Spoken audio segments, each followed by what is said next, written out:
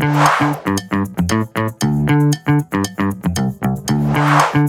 se vini në episodin e 14 podcastit Majtas, një hapësirë diskutimi konstruktiv dhe mbi të gjitha diskutim mbi politikat e majta në Shqipëri. Sot kam nderin të kem të ftuar Ina Majko, zyrtarisht kandidate në qarkun Florë dhe e para kandidate e profesuese e minoritetit e Rom në Shqipëri. Mirë se erdhe Ina. Mirë se ju gjeta Dirsa, faleminderit për ftesën, ishte kënaqësi për mua të ndaj me ju opinionet e mia mbi politikat. Shumë faleminderit që erdhët dhe që pranuat ftesën. Ina, ju në fakt keni pasur dhe një, le themi, karrierë gjatë profesionale në shoqërinë civile, përsa i përket drejtave të minoriteteve, drejtave e grupeve marginalizuara, përfshirje sociale, pjesës ekologjike gjithashtu. Po. Dhe tashmë në politik. Pra, ç'ju shtyu të kaloni nga aktivizmi, le themi, në politik, pasi dihet aktivizmi ka atë rolin i cili ushtron presion mbi pushtetin, le themi, ndërsa politika është presion i brendshëm, por nevojitën dhe pak kompromis për sa i përket. Pra një si arti kompromisin vetvete politika. Si synoni tashmë duke ta ruani aktivistën brenda politikës? Atëherë, faleminderit për prezantimin, po unë e quaj veten një aktiviste e të drejtave të njeriut edhe një aktiviste mjedisore. Që e vogël në fakt jam marrë me aktivizëm dhe nuk e kam quajtur aktivizëm, por si një thirrje e brendshme për të ndryshuar disa gjëra që nuk më pëlqenin rreth vetes. Mund të them një shembull, shpesh për shembull ndihmoja kushurirat e mia apo pjesëtarë të tjerë të komunitetit që e vogël në zonën time të Delvinës, se jam nga Delvina, duke i ndihmuar me detyrat e shkollës. Më vonë, kur erdha në Tiranë, kuptova që ka organizata rome dhe kam punuar, kam qenë vullnetare për të thyer këtë stigmën dhe këtë diskriminimin. Por nuk e kam parë se kur jam kundër pushtetit më shumë, se sa unë mendoj që kritikat konstruktive i bëjnë mirë. Janë dobishme çdo demokracia. Absolutisht, kjo që thua se është pak tricky si question, si pyetje, është sfida, është një sfidë kjo që kam tani të nga një aktiviste të kthem një politikane. Por unë mendoj që idealizmi duhet të jetë një guid e imja, sepse pa patur idealin e madh, ëndrrën e madhe për të ndryshuar gjëra, ti nuk i ndryshon dot, duhet të buroj nga diçka. Ama duhet jemi dhe pragmatist. Dhe kur futemi në politik, gjërat janë më pragmatike, më burokratike dhe kështu me radhë.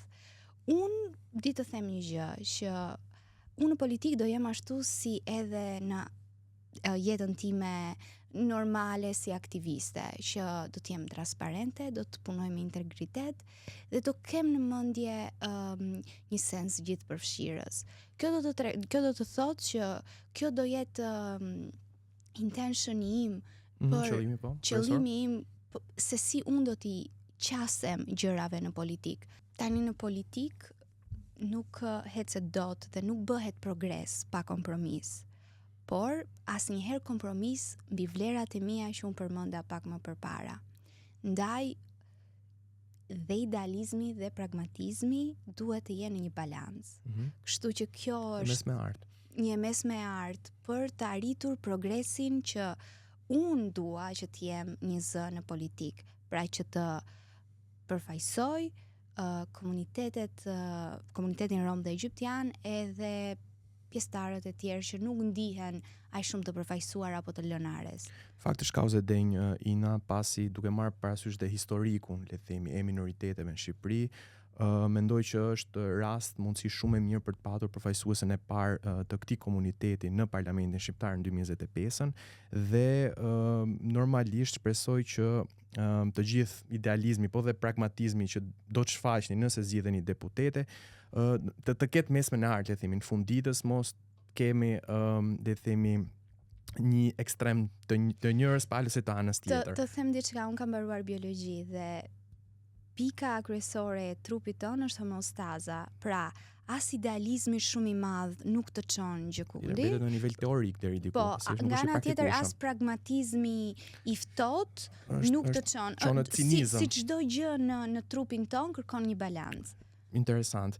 Tani, qeni pjesë e politikës, përveç angazhimit tuaj, kërkon dhe një platformë politike për të bërë të mundur, le të themi, hyrje në parlament tashmë. Përse Partia Socialiste dhe përse në këtë moment?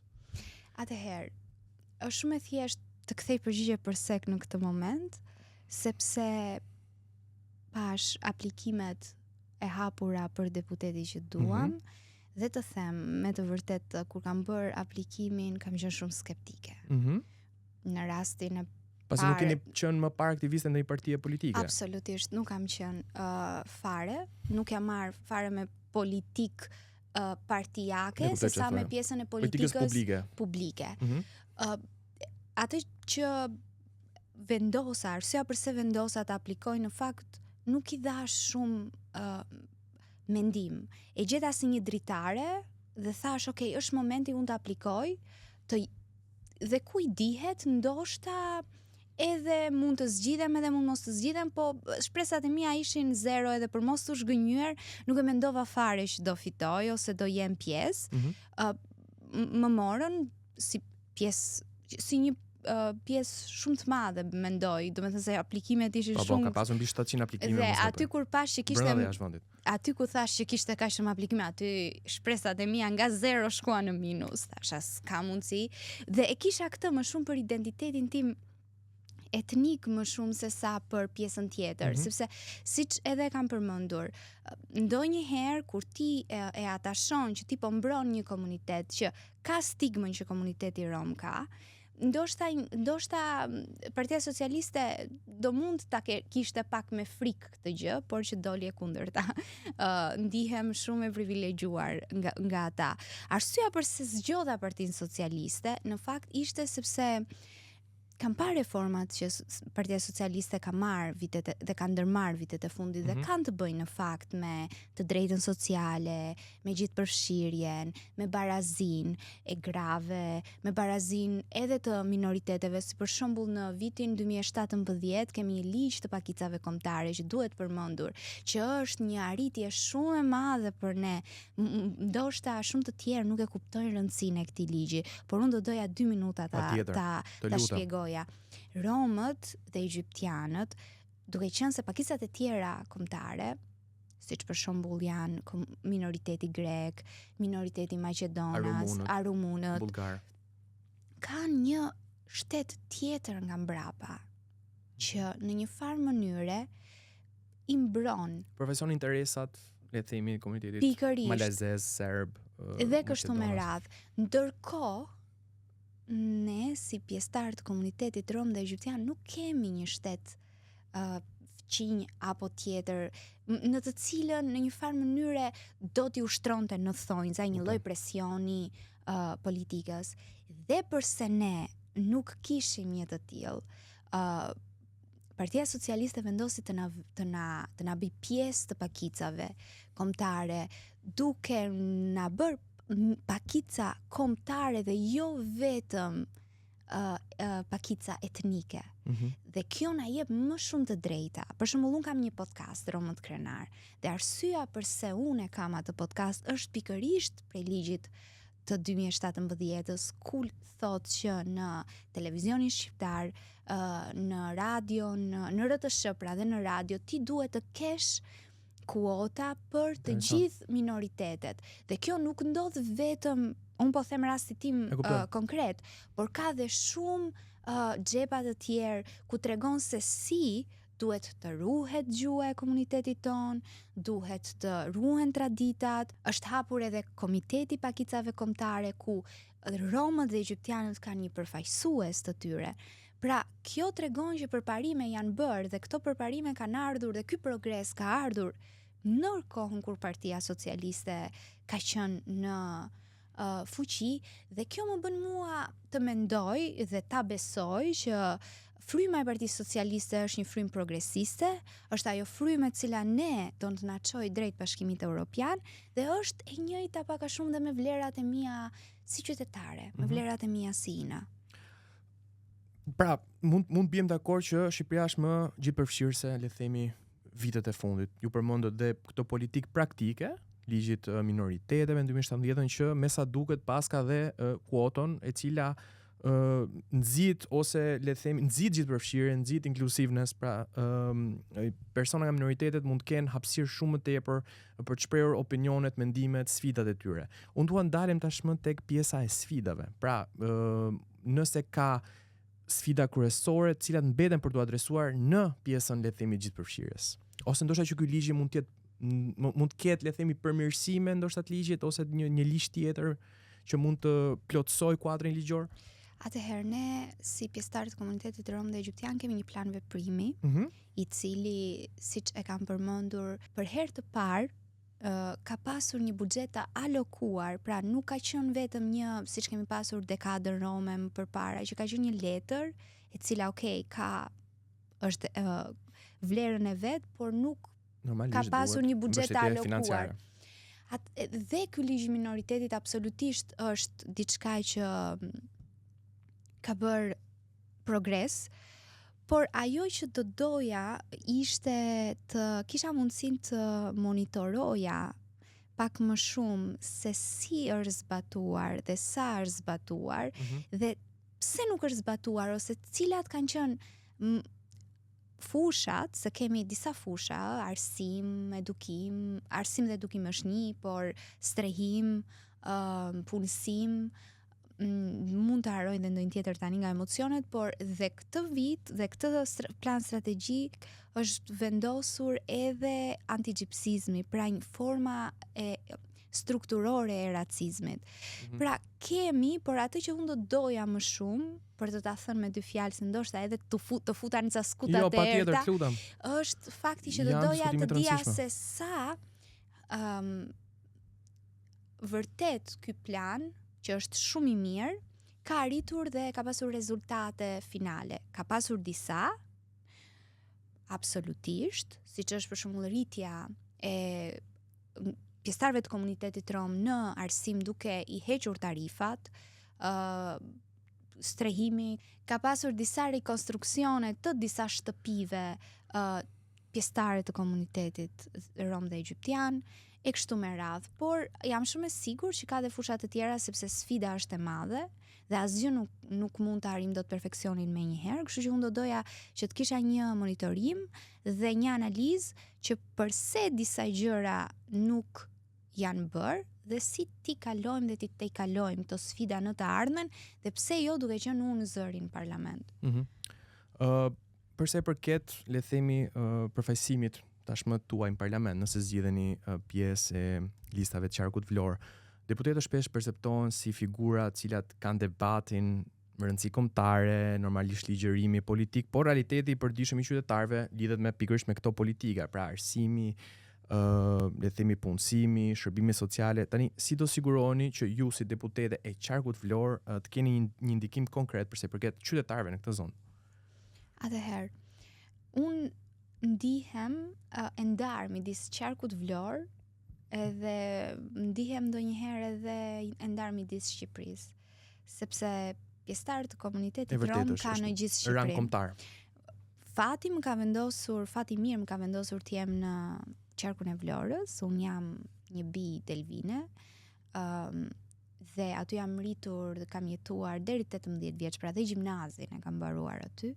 Kështu që e njoh mirë problematikën e zonës, të paktën Saran, Delvin dhe Finish, ku kam qenë në kontakt të vazhdueshëm, duke qenë se unë jetoj aty, familja ime jeton aty, por atë çka unë do doja të thoja, duke dashur mos të ngeli hatri qarkut të Vlorës në përgjithësi, është që unë e shikoj veten time si një kandidate për gjithë Shqipërinë, ku dua shpesh të bëj takime periodike, jo vetëm me pjesëtarët e komunitetit rom dhe egjiptian në pjesën e qarkut që unë përfaqësoj, por në gjithë Shqipërinë, duke mbajtur shënim çdo shqetësim të tyre, duke punuar fort me shoqërinë civile, që fokusohet te të drejtat e njeriut dhe duke i marrë këto shqetësime dhe i adresuar në parlament duke qenë zëri i tyre. Çështja e përfaqësimit pakicave kombëtare është shpesh në qendër të fushatave elektorale, le të themi, por në realitet pjesëmarrja e tyre në vendimarrje mbetet e kufizuar, pra nëse flasim në terma përqindjeje. Dhe shpesh përfshirja e tyre është temë debati, pra shndrohet në retorik më tepër se sa në politika konkrete. Si të mund tashmë që të sigurohemi që kjo përfshirje mos jetë simbolike, po të prodhojë atë politikën konkrete? Në fakt ne kemi një shembull pozitiv se si kuotat ose më sakt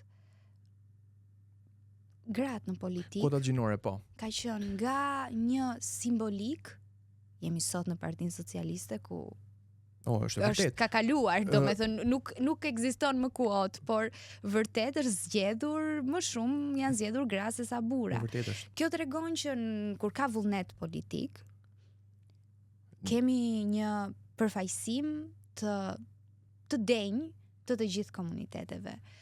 E thënë kjo, mendoj që hapi Partisë Socialiste me kandidimin tim tregon që vullneti politik ka filluar. Nuk dua të mendoj që kjo do jetë kandidimi i parë dhe i fundit i pjesëtarëve të komunitetit rom për të bërë deputet. Kështu që unë mendoj që hapi i parë, pra ajo akulli u thye, akulli u thye. Se përkthej direkt nga anglisht glass breaking. Akulli u thye me mua. Tani më përpara unë mendoj që ka pasur një lloj simbolike në thonjza për komunitetin rom dhe egjiptian, duke vendosur në pjesëtar të komunitetit egjiptian në fund të listës dhe duke i keq përdorur disi duke thënë që okay, votoni, sepse është në listë, por shanset për të dalë kanë qenë afër sistem tjetër. Tashmë jeni gjithë nga të hapur. Ajo që mua më pëlqen dhe fakti që jam e lumtur që jam në një listë të hapur, është pikërisht kjo. Sepse tashmë unë kam mundësinë të shkoj në çdo pjesëtar të komunitetit rom dhe egjiptian në qarkun Vlorë dhe t'i them, pavarësisht ngjyra jote politike, i majt, i djathtë, apo ke vendosur, apolitik, apatik, çfarë do lloj që ti të jesh, është momenti që ti të zgjedhësh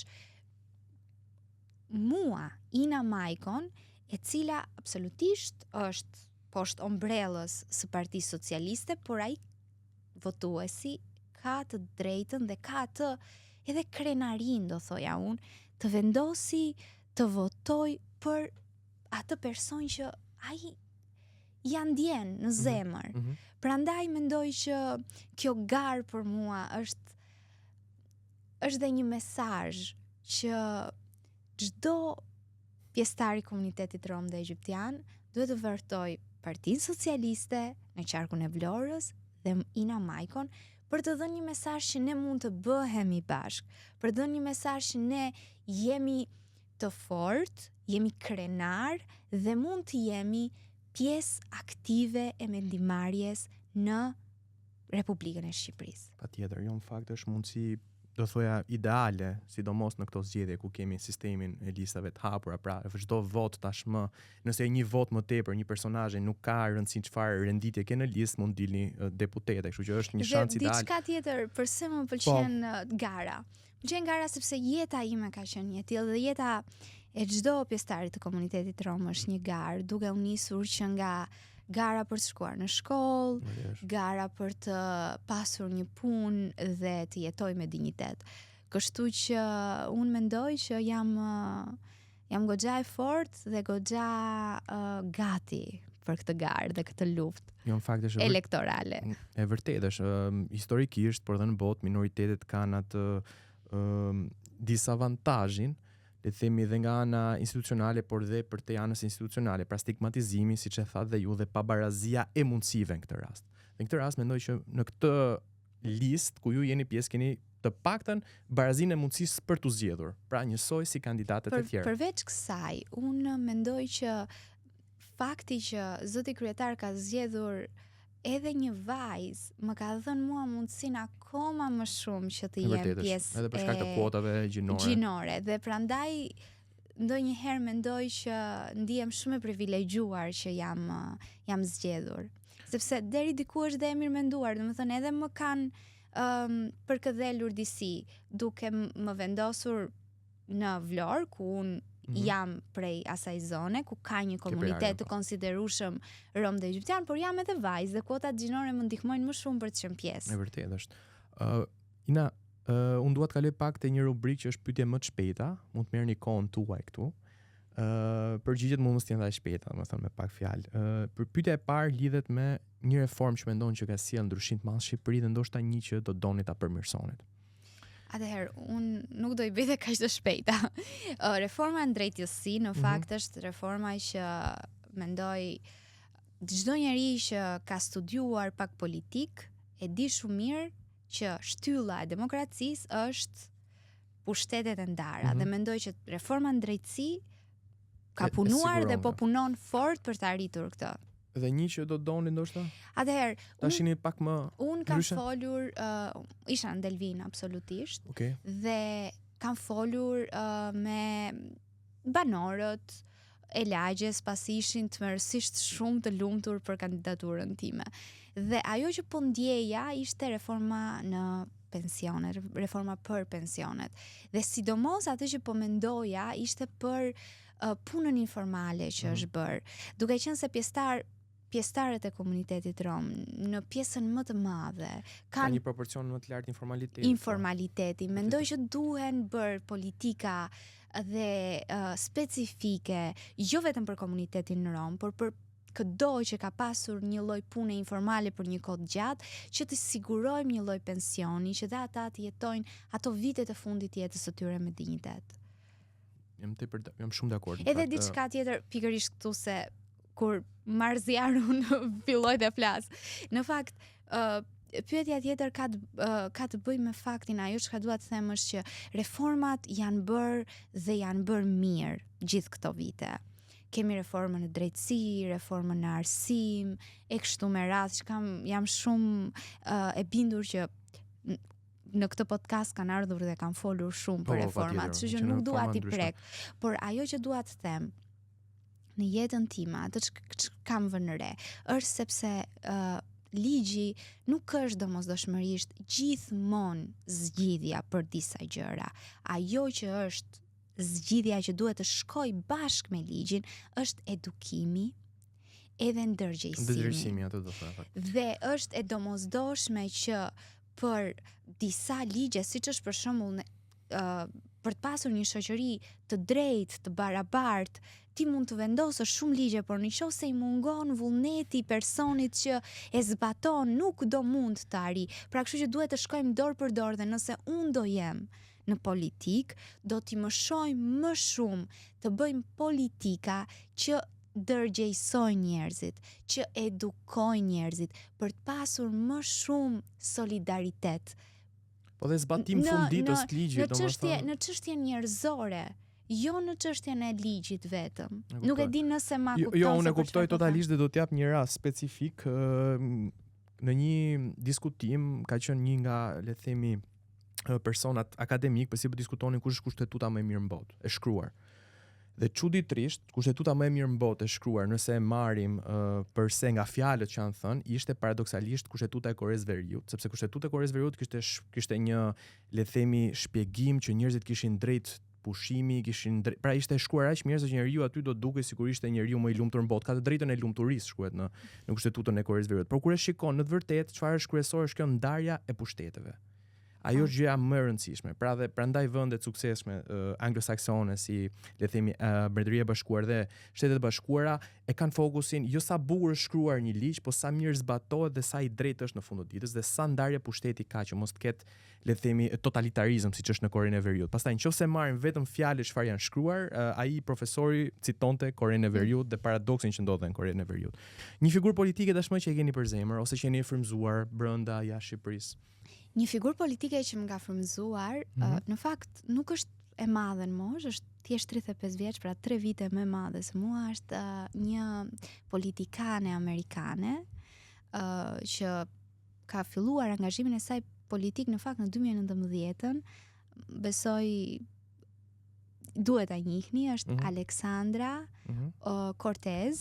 EOC, po. EOC, po, është e vogël dhe po ta shohësh edhe në pamje ngjan disi me mua, por jo vetëm në pamje. Unë mendoj që edhe rrugtimi i saj jetësor ngjan shumë me mua. Jo vjen nga një shtres jo e privilegjuar, pra nuk është mos e bësh rritur në Bronx, në një lagje të New Yorku, domethënë në minoriteti latin. Përveç kësaj, pra i përket ajo një minoriteti me ngjyrë, siç jam edhe unë, dhe ajo në fakt si puna ime lufton edhe absolutisht për të drejtat e komuniteteve të marginalizuara, por edhe për agendën green dhe jeshile që edhe unë kam mbaruar për shkencat dhe politika mjedisore, kështu që kam ndjekur.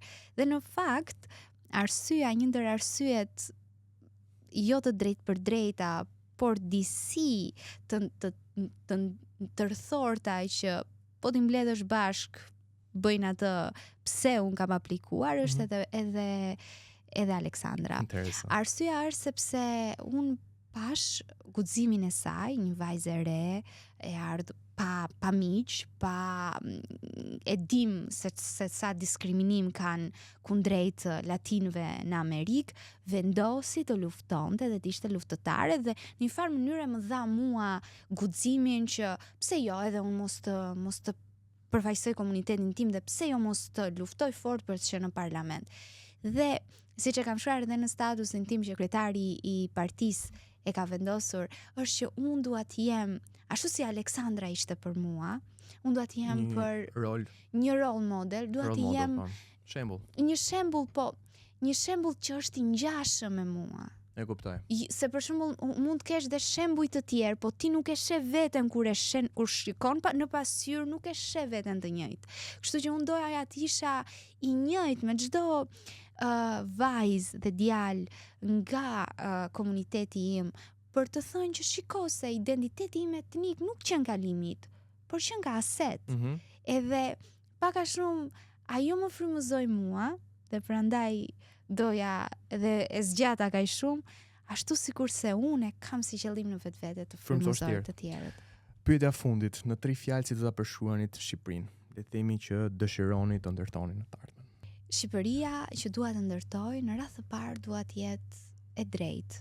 Dua që ligjet të zbatohen njësoj për të gjithë, pa diskriminime.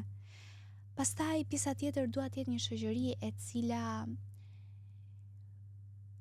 është gjithëpërfshirëse, ku çdo njeri pa dallim etnie, status shoqëror, ka të drejtën të jetë qytetar dhe të jetë aktiv në vendimarrje.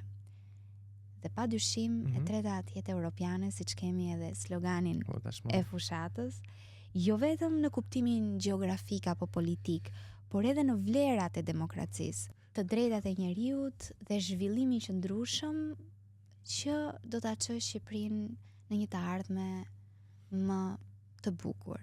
E drejtë është, në fakt mendësia europiane janë këto 10 centimetrat këtu, pra dakord janë ligjet, janë reformat, por në fund ditës europian na bën jo vetëm gjeografia, por na bën të mentaliteti. Shumë faleminderit që ishit në Majtas, Ina Majko, dhe shumë sukses në fushatën tuaj. Faleminderit.